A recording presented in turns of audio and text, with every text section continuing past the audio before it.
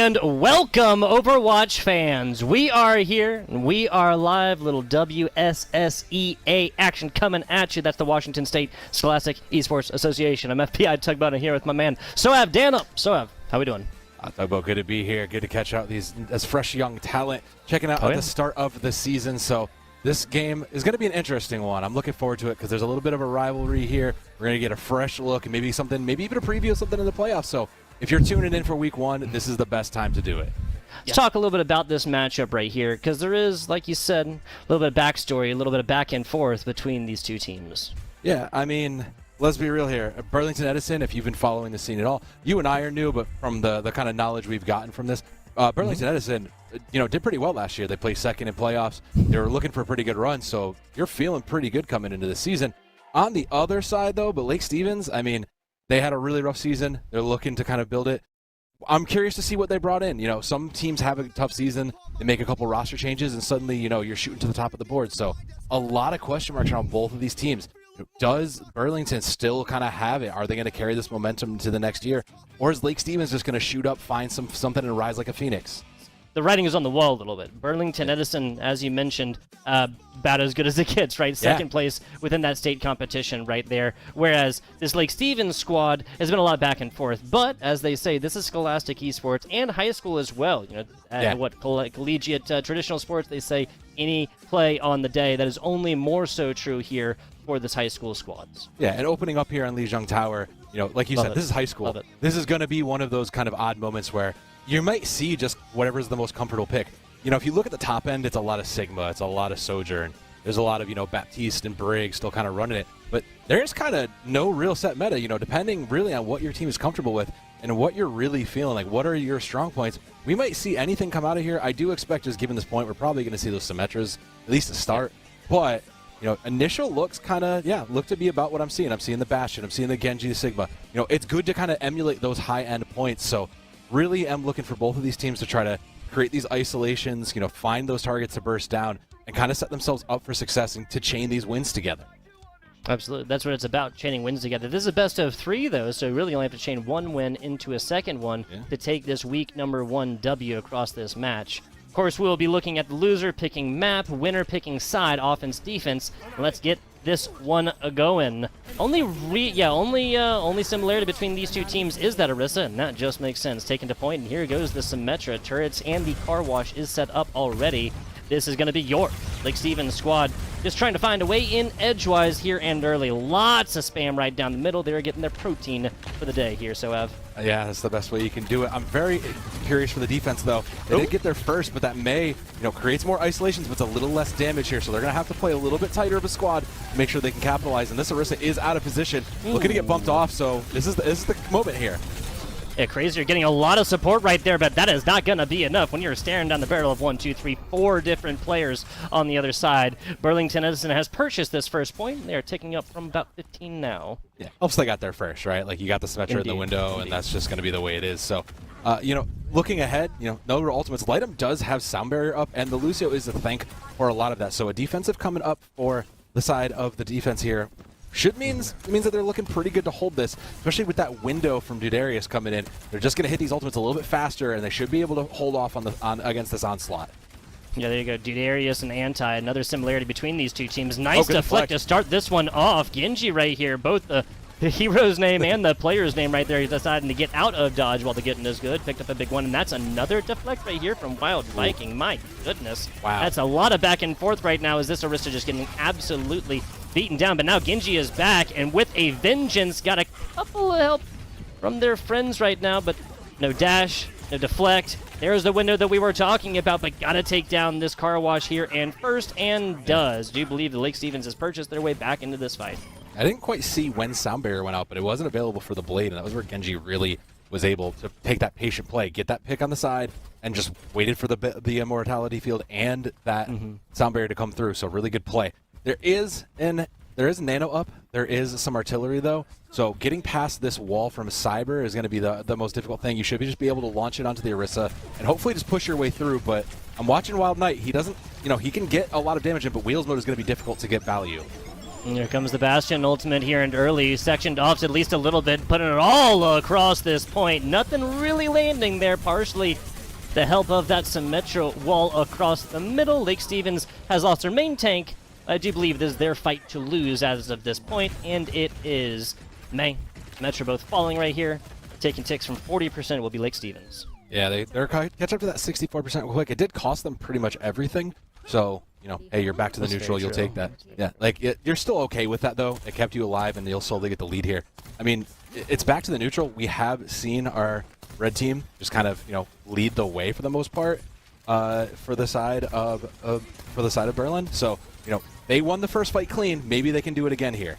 Nice save right here. This Lucio getting incredibly aggressive. Lightem's going to have to play a little bit farther back, even though, trust me, Lucio main myself, it is fun to aggravate. Taking this one on the outside and just making better use of this natural cover on this corner. Judarius doing exactly what they need to. Here's the Immortality field perfectly placed right across the other side. It's been really hard to get this, but now the Genji pushing this player out. That is a feels bad man. Huge purple across the bottom as Lake Stevens does lose their Genji, but a worthwhile sacrifice.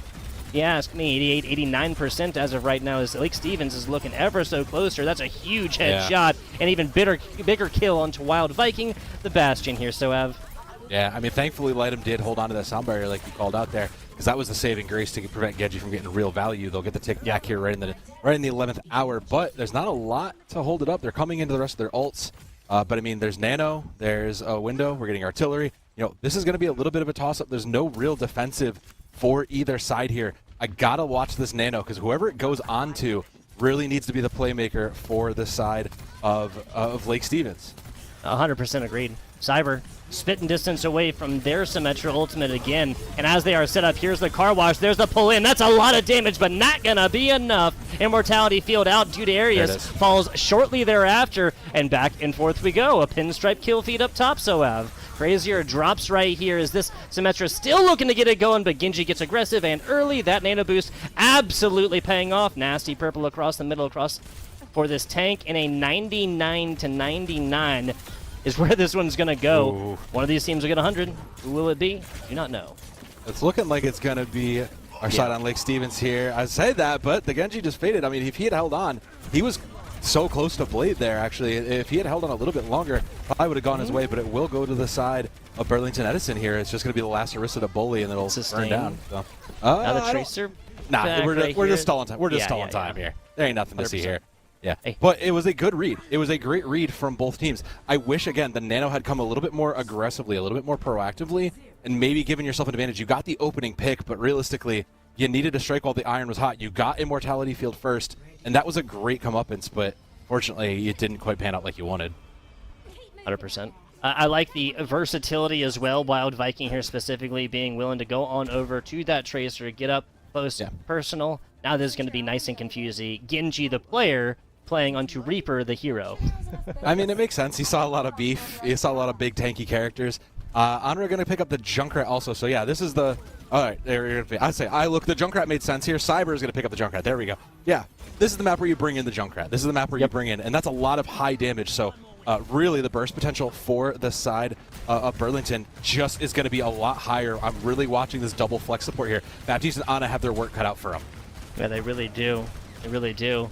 But a whole lot of movement abilities outside that Baptiste jump. Those boots right there. They might find out the hard way here soon.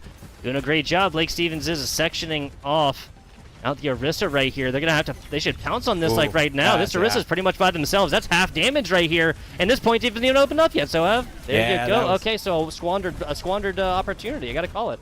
And no, that was the moment to go, but that's the problem of not having a Lucio, right? Lucio would have been able, and your team would have been able to dive on it, and that's the bonus that Light Up brings them. Unfortunately, Genji is just going to be the equalizer there by just catching out, and that's what Reaper does. He catches those punishes. We want to see those punishes from the side of Lake Stevens. Genji, the Reaper. Yeah, Genji the Reaper. Genji the Reaper, yeah, of course. Looking to find a way in edgewise. And ignored Reaper is frequently going to be the stuff that nightmares are made out of. We're looking at 83 right now and complete heals from their Ana right now. This Reaper is just left to absolutely feed. Yeah, that's a headshot as well, and this is going to be basically a solo point take with a Death Blossom on top, like a cherry on a sundae here. So I mean, you have Beyblade, you have Nano as well. Like, there are so many threats there from the side of Lake Stevens here. You have so much, you gain so much from that fight. Cyber is going to try and sneak and find something with his tire, though, and I think he'll realize that Bastion's right there. That's a great opening pick, even though it does deny them. You know, it's a lot of damage off the board immediately, but yeah, they see it. They're going to try to play for as many as they can. They have to get Sound Barrier out first, though. There's too many things in the way of this tire. Well, Tire does have that 10 seconds right here. Has it out early. Lightem does not bite on that one. A fantastic Lucio and the awareness right here. There's the Immortality Field. That's going to be enough for Genji the Reaper. And, of course, for that Immortality Field, here's the Orisa ult as well. You're out from the other side. A nasty purple ends Cage the King. Crazy or Real in their counterpart. That Ana right there combining for all the damage in the world. 47-48% right now as Burlington still fighting this one down, finds a main support on the other side, and this should go the way of Burlington-Edison. And the bonus to them is that they've been ticking up this whole time, so they're already at 56. A late Death Blossom, though, paired with the Bastion means that this is salvageable. They're going to flip it back. 100% salvageable. This is Cage the King actually giving up a lot of ultimate charge as well. 13% for Genji here. They finish their Death Blossom. They get nothing for it, right? Yeah. I mean, that's like they get no further ultimate charge. Yeah, there's no ultimate charge they can get out of it. But I mean, if that's fine though, you saved it long enough that you got the value and you got what you wanted. There's 4 ults coming in from the side of Burlington, so they should be able just to overwhelm them here with their toolbox. There's a lot of damage right here, but no payload found. Genji, the Reaper, giving the business to Bastion for just a second. Here's the counter. That's going to be a perfectly timed. Oh, no, it's not. Excuse me. I thought that was the Immortality Field taken out beforehand, but Lightem getting the Sound Barrier down. Onra does not like the look of this. Still tries to get involved and pays the price for it here, Sohav.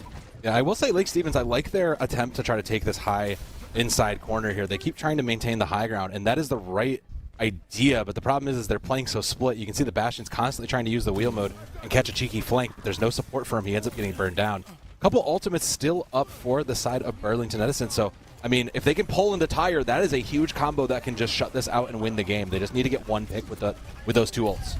I'm looking at 2 very immobile healers on the side of Lake Stevens as well, whereas we have the most mobile heroes support-wise for the side of BE, and I think this might come out. That's a lot right there, but that is a nano-boosted Orisa, and that is the stuff that attack heroes' nightmares are made out of. Taking off a point right here, that's going to be enough for Burlington-Edison right here after a close game 1 and a decently close game number 2. Yeah, I mean, that was, again, the swap's kind of coming in a little bit late. The ideas were good there, and you can see it. Genji is going to be on that Reaper. It's probably going to be the Death Blossom if I had to guess. Yeah, 100%. It was the right idea. These swaps are the good ideas.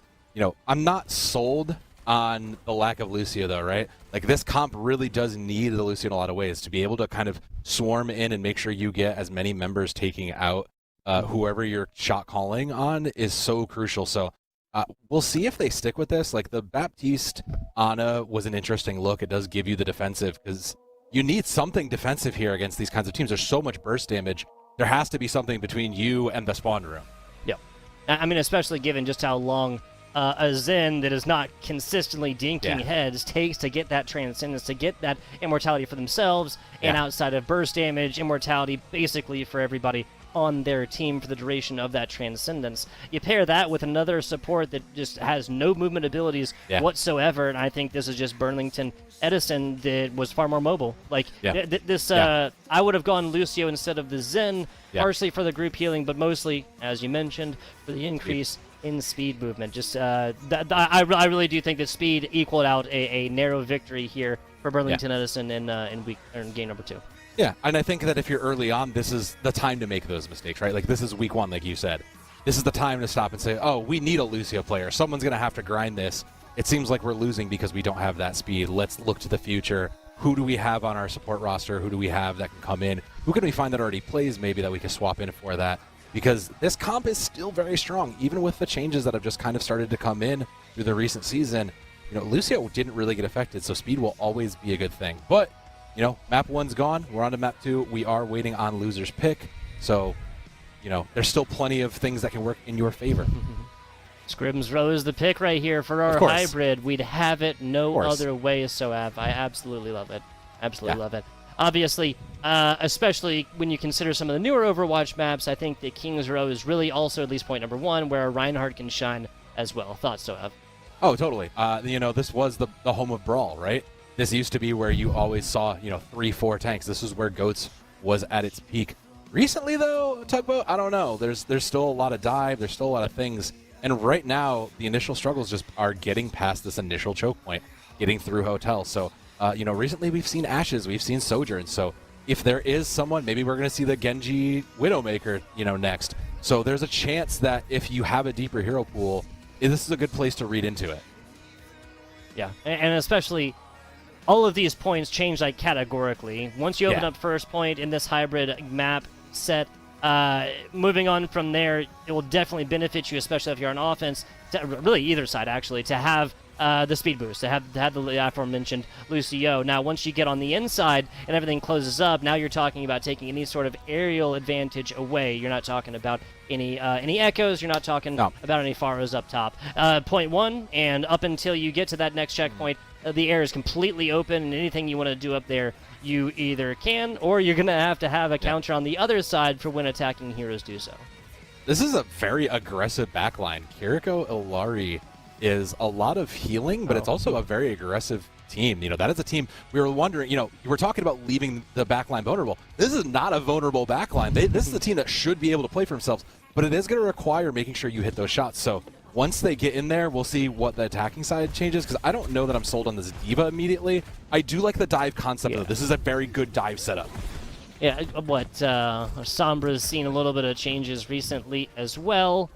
People have different opinions on that one, we'll say. Tracer on the flank as of right now. Cypher right here, just waiting for their time to strike. All three burst and ready for it. And this is Genji, the Reaper, just looking to try and find a way in edgewise. Now it's full retreat back onto point. This Tracer not getting called out right here. And Cyber immediately following the first loss. And this is Dudarius also getting a little bit too aggressive.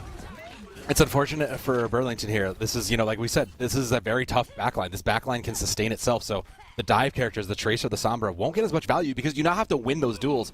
And supports are so strong. They're going to make just wholesale changes. They're going to bring in a Cassidy. Junkrat, we're going to match the Brawl now. This is a comp I like. I like this a little better. I'm not sold on the Cassidy, but I do like the concept behind it. I wish we would see an Ashe or something a little bit longer range. But I want to see Anra go off on this. I think you can make it work. Great headshots to kick it there. Close, yeah. This Reaper almost tastes their final defeat. That's a lot of damage here onto the Ana on the other side, but Cage the King taken out. I'm going to say this Burlington-Edison push is over. Yeah, you're not going anywhere without that Orisa, no matter how much you spam at it.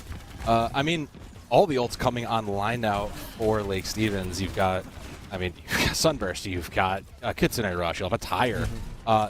Sound Barrier is almost there from Light Up, so there's a couple of ways you can kind of wear through this, but you're going to have to commit them all to get past the onslaught. So it looks like just from the ultimates on board, like they should be able to win this. They should just be able to last out the sustain. Cyber takes a little while to get this one. Cyber literally had that Tire as well. I think I probably personally would have called Tire and then made the switch. They do have 2 minutes plus. Here comes the high noon. Nasty stun. Nasty stun. Absolutely disgusting. Perfect time and the interrupt coming in. Harvesting the power of the sun, but can't get out. Anra is picking you out of the sky. Okay, I asked him to show up, and Anra, absolutely. Thank you. You proved you proved me wrong, and I will love to see it. I agree. Cyber. Like, I get the idea. I agree with you. I would have rather have thrown the Tire from spawn and tried to get value before that swap, but it doesn't matter. They got it there, and they saved too. So they're a little behind now in that ult bank, but they have the cart rolling. It did get both of the, oh gosh, look at this, from the Axe side. Yeah, you'll catch Cyber trying to punish, and that's a great punish. That'll slow up this a lot. Yeah, this really, really will. They have opened it up, and that's the name of the game, but it is so much harder to get through this choke point. A little bit of damage up top, a little bit of damage down bottom. Dudarius is going to know it and consistently utilize those gravity boots. Javelin out. This is so much spam down the side, but Crazy Real actually pushed back just a little bit. Here comes the Javelin spin, and this boop from Cyber gets absolutely no effect. Still just shooting over the top of the head. That's just smart to not even try and involve Crazy Real into those Ferris shots. I'm going to try and get into that backline. That ever so tough backline, as you mentioned, so hard to Fourth and crack. That is nothing. Yeah, actually, they took it out right there. It was Crazy or Real that took out that Immortality field. And now Dudarius coming in with that primo support. There's no ultimates right here. Burlington did in this push as well. Yeah, I say they actually net gained. They took an ultimate away from the other team, and they're coming out on top here. So great patient play. I was expecting Cyber to be doing a little bit more work from a flank angle, but I mean, you'll take that. You now have 5 ults up. If you can win fights like that in a neutral without committing anything, you're happy with that. Again, you have the only defensive on board. You have a sound barrier. It's just going to become making sure you time it for this upcoming Death Blossom or the window, whatever you get value for. And Genji will get out in time, but you know, this is quite a treasure trove of ultimates on the side of Burlington. Oh, found out. No, he's found out. Yeah. He was trying to be sneaky right there. This is still a fantastic spot for a fair barrage. Here comes the window. That's the attempted grenade out first for Onra. Onra player has been really playing to the 9 so far. After point 1 has been open. Genji the Reaper now taken out. This is gonna be everything, and then Burlington-Edison purchases yet again without a single kill coming from the amplification matrix. So and again, yeah, like you only committed amp matrix. You're very happy with that. I gotta say, I'm impressed by Onra here, who has been just aces on this Cassidy. Absolutely just doing real work for a hero that is considered really kind of struggling in this current meta. Yeah. You love to see it. I mean, again, you still kept your sound barrier. You're in a great spot. I'm looking for Cyber here. Cyber has a barrage up. They just need to maintain him and get value, and you know, this opens it right up because there's nothing to stop Cyber. They finally bring in a soldier, but I think it's far too late. Trying to get something going in Immortality field to pair with this Bara barrage. Here's the Kitsune rush. There's the Death Blossom in the back. Everybody fallen. Now Cage the King taking out their counterpart as well. Lake Stevens on the back side right now and slowly slipping away. There's one left right here. They should be able to get on a little bit. That's a bad window in a place that no other else can get to. And that's Onra finishing with a 15-player kill streak. So 15 on 5. Crazy stuff. That's insane. I mean, come on, talk about. You gonna tell me you ain't made a desperation window in your life before? Come on, man. I'll admit I'm guilty. Look, you do what you need to try to survive. It's just a shame you already spent. The real shame is just that you'd already spent Immortality Field and to have it for yourself there. But I mean, that's the way it is. Once you made those initial swaps, just beautiful comp change. It was very difficult for Cyber to really find that value without the Mercy pocket. But realistically, just the threat alone in those rockets, you know, he never really played out of range. So just the threat of that far alone did so much work. And unfortunately, the changes just never really came. So the far just kind of got free fear value realistically. But we'll see when the changes come out, because there's a lot on the other side. Stevens, interesting. I'm looking at that. I don't think we're going to see too much on that. But I like the Sigma pick here instead. It's a lot more sturdy. Cyber going over to the Sojourn. This is kind of, I would just say, if you could lock this comp in the future, just lock this. This is a great comp. This is ideally what you want to be playing anyways, in like the top end. And if you can hit your shots, this is a great place to be. You have so much damage. You have so much space control. So I'm really, now it just comes to their positioning here. Ramatra's in an interesting spot. I'm curious to see if Anti stays in the Zenyatta. This is kind of a lower healing comp. So it's really going to come down to Crazy Real to like self-sustain a lot if this stays. That is entirely fair. I'm going to say Genji now playing the the Widowmaker, excuse me, is mostly just looking for initial pick. Probably not going to stay on this for super long, but I have to admit, and also this defense is like this is 100% middle range comp, right? There's nobody on this entire squad right here that really benefits from like a close and brawly comp, except for of course the Sigma right here, but they don't want to give up that space. Kind of surprised on offenses and defenses composition thus far.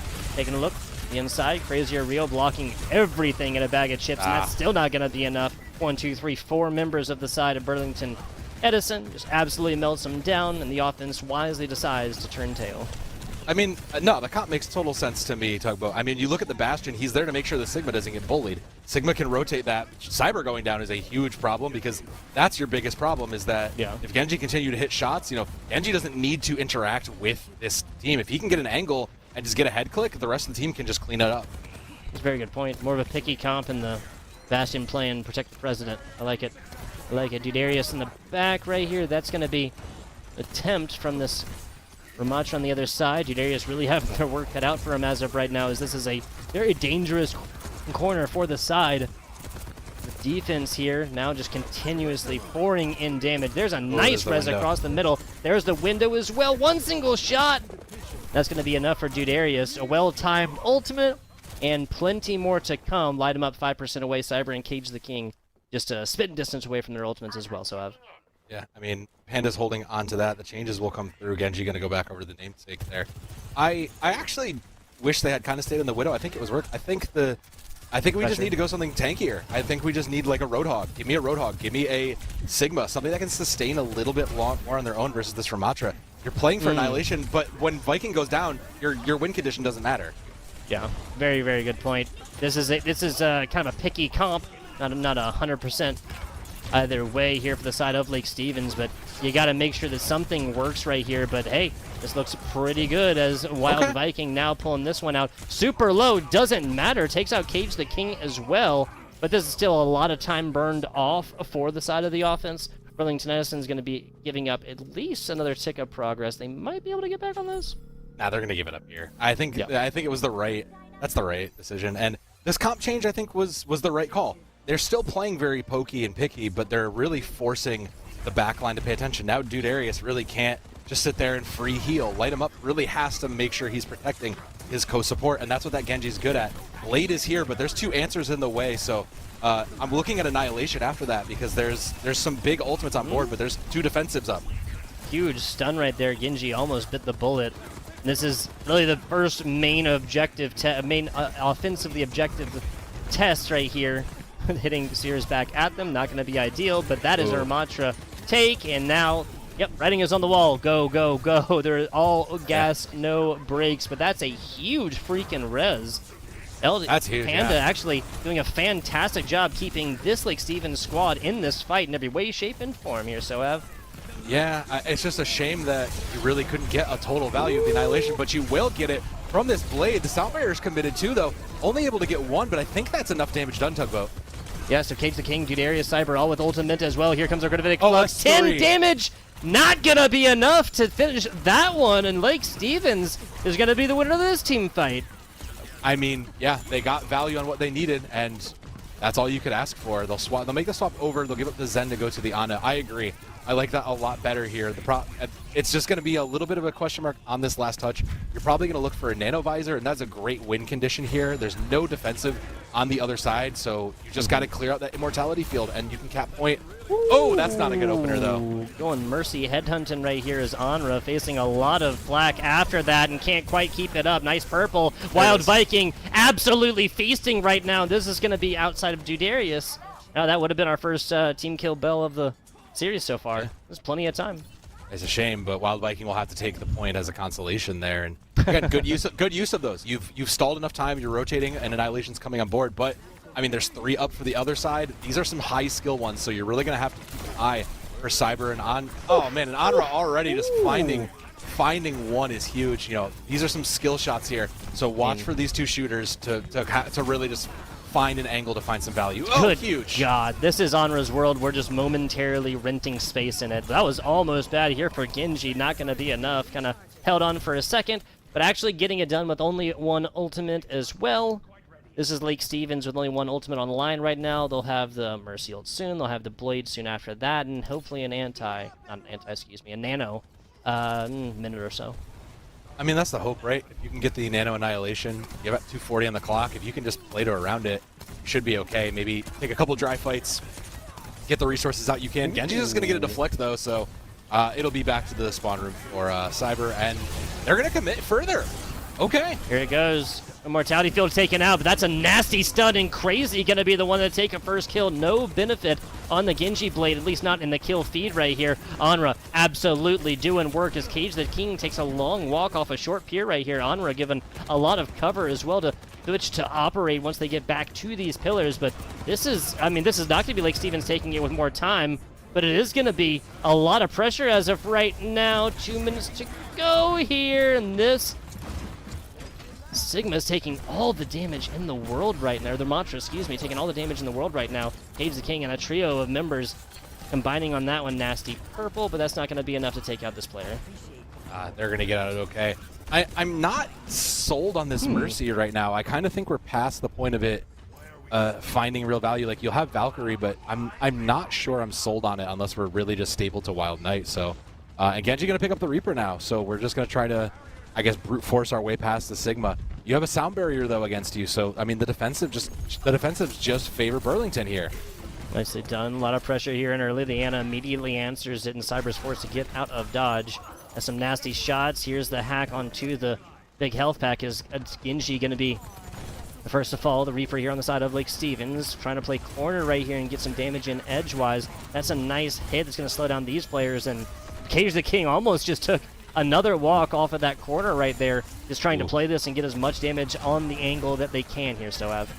Yeah, I mean, I got to credit Cypher, though, for a lot of this, right? Cypher is just in the back, just making them constantly. You can see it. Vermacha turning around, just feeling like they can't go forward. And they'll get punished, again, try to walk forward into the Cassidy and can't quite do it. So another hold with, 30 seconds on the clock. They're going to have to regroup quick, and I don't think they have many things that they don't really have anything they can throw at this here. This is a tough fight. It is.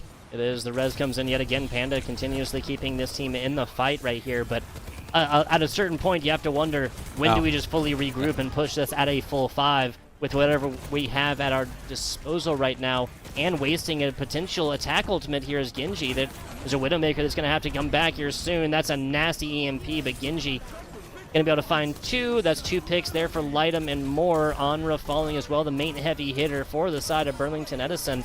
That's a last little bit. No Moth meta for you, my friends. Genji taken out as well. And this is going to be Burlington-Edison taking this series in 2. It was a good setup, a good showing from both teams realistically. But I mean, Burlington showed why they were number 2, right? Like, that's a team that shows they've played together. They've put in the work. You don't get to second in state without that kind of a work, and Genji will have to take the consolation prize. I mean, he looked good. Let's be real. His blades looked good. He was doing the right work, but unfortunately just kind of couldn't really ever get the job done. And it's, Overwatch isn't a carry as much as a carry game as you might think. So, Burlington just kind of had it a little bit more together.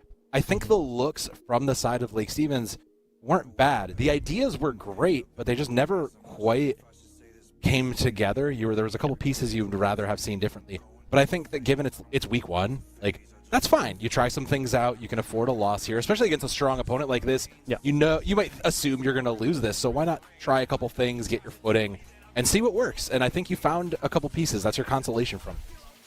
Yeah, absolutely. I mean, on the side of Lake Stevens, there were no massive mistakes. No, that either of us could point to and be like, "This is a problem. Just fix it." Right. Some of the more the smaller stuff, kind of the work around the edges, and just kind of really make this game plan a little bit more crisp right here. We talked about a little bit some of the minor mistakes, like the movement abilities that Lucio could have granted in map 2 there on Lijiang Tower, but there's no glaring things like, oh, this is wrong and you're never going to win with that one right there. Yeah. Lake Stevens, this is just another chapter in the constant ongoing rivalry between these two teams, and we cannot forget that first map on Lijiang Tower was 99 to 100, back and forth the entire time. So. Yeah, there were moments of brilliance from both of these teams, and realistically, Lake Stevens, you have a lot to be proud of for that. But for the side of Burlington-Edison, that's a great showing. You pretty much feel pretty good about that all. You got a map stop.